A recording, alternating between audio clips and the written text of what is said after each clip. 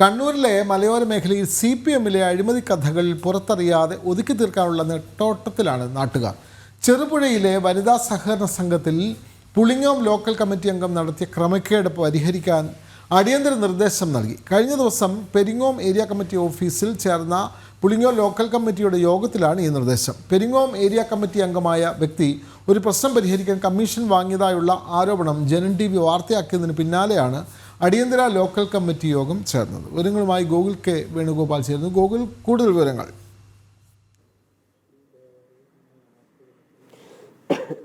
കഴിഞ്ഞ ദിവസമാണ് പുളിങ്ങോം കണ്ണൂർ ജില്ലയിലെ പെരിങ്ങോം ഏരിയ കമ്മിറ്റി കീഴിലുള്ള പുളിങ്ങോം ലോക്കൽ കമ്മിറ്റി അംഗങ്ങളുടെ യോഗം, ഒരു അടിയന്തര യോഗം പെരിങ്ങോം ഏരിയ കമ്മിറ്റി ഓഫീസിൽ വെച്ച് വിളിച്ചു ചേർത്തത്. അതിൽ 2 സെക്രട്ടേറിയറ്റ് അംഗങ്ങൾ ഉൾപ്പെടെയുള്ളവർ പങ്കെടുത്തിരുന്നു.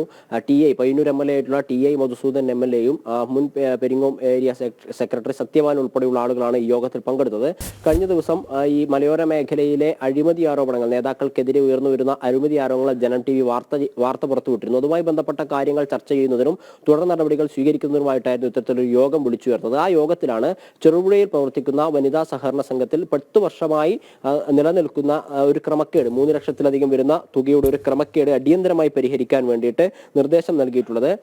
വനിതാ സഹകരണ സംഘത്തിൽ 2011-16 കാലയളവിൽ ദിനനിക്ഷേപ പിരിവുകാരിയായി പ്രവർത്തിക്കുകയും പിന്നീട് ആ സഹകരണ സംഘത്തിന്റെ സെക്രട്ടറിയായി മാറുകയും ചെയ്ത അനില ദേവസ്യക്കെതിരെ നേരത്തെ തന്നെ ഒരു ആരോപണം അവിടെ ഉണ്ടായിരുന്ന ഓഡിറ്റ് റിപ്പോർട്ടിൽ ചൂണ്ടിക്കാട്ടുകയുണ്ടായി.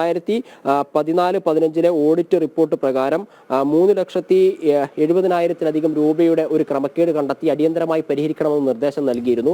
എന്നാൽ ആ ന്യൂനത പരിഹരിക്കാതെ അവരെ പിന്നീട് ആ സഹകരണ സ്ഥാപനത്തിന്റെ സെക്രട്ടറി ആക്കുകയായിരുന്നു ചെയ്തത്.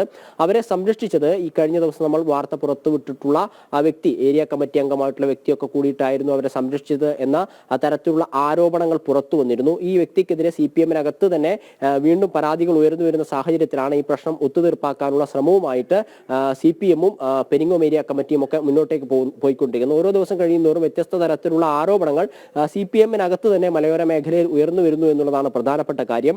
ഈ വനിതാ സഹകരണ സംഘവുമായി ബന്ധപ്പെട്ടുകൊണ്ട് അവിടുത്തെ അന്നത്തെ സെക്രട്ടറി ആയിരുന്ന ആൾ ഇപ്പോൾ പുളിങ്ങോം ലോക്കൽ കമ്മിറ്റി അംഗമാണ്. പുളിങ്ങോം ലോക്കൽ കമ്മിറ്റി അംഗമായിട്ടുള്ള അനിത ദേവസ്യയോടാണ് 3 ദിവസത്തിനകം ഈ ക്രമക്കേടിൽ കണ്ടെത്തിയ, ഓഡിറ്റ് റിപ്പോർട്ടിലെ ക്രമക്കേടിൽ കണ്ടെത്തിയ 3 ലക്ഷത്തിലധികം രൂപ എത്രയും പെട്ടെന്ന് തിരിച്ചടക്കണമെന്നൊരു നിർദ്ദേശം നൽകിയിട്ടുള്ളത്. 3 ദിവസത്തിനകം പണം തിരിച്ചടക്കണമെന്നാണ് ജില്ലാ സെക്രട്ടേറിയറ്റ് അംഗങ്ങൾ, 2 ജില്ലാ സെക്രട്ടേറിയറ്റ് അംഗങ്ങൾ പങ്കെടുത്തിട്ടുള്ള യോഗത്തിൽ തീരുമാനമായിട്ടുള്ളത്. പണം തിരിച്ചടക്കാമെന്നവർ ഉറപ്പ് നൽകിയിട്ടുണ്ട് എന്നാണ് നമുക്ക് മനസ്സിലാക്കാൻ വേണ്ടി സാധിക്കുന്നത്.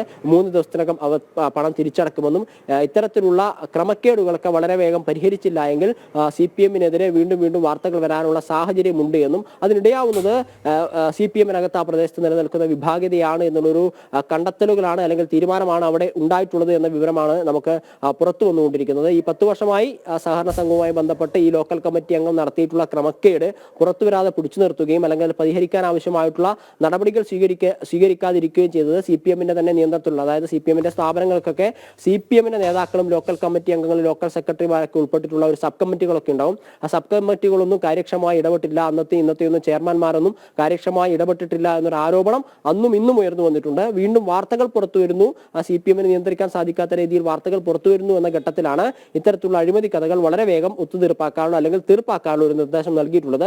ലോക്കൽ കമ്മിറ്റി അംഗമായിട്ടുള്ള അനില ദേവസ്യക്കാണ് ഇത്തരത്തിലൊരു പിഴ പറ്റിയതായിട്ട് ഓഡിറ്റ് റിപ്പോർട്ടിൽ 2014-15 വർഷത്തെ ഓഡിറ്റ് റിപ്പോർട്ടിലുള്ളത്.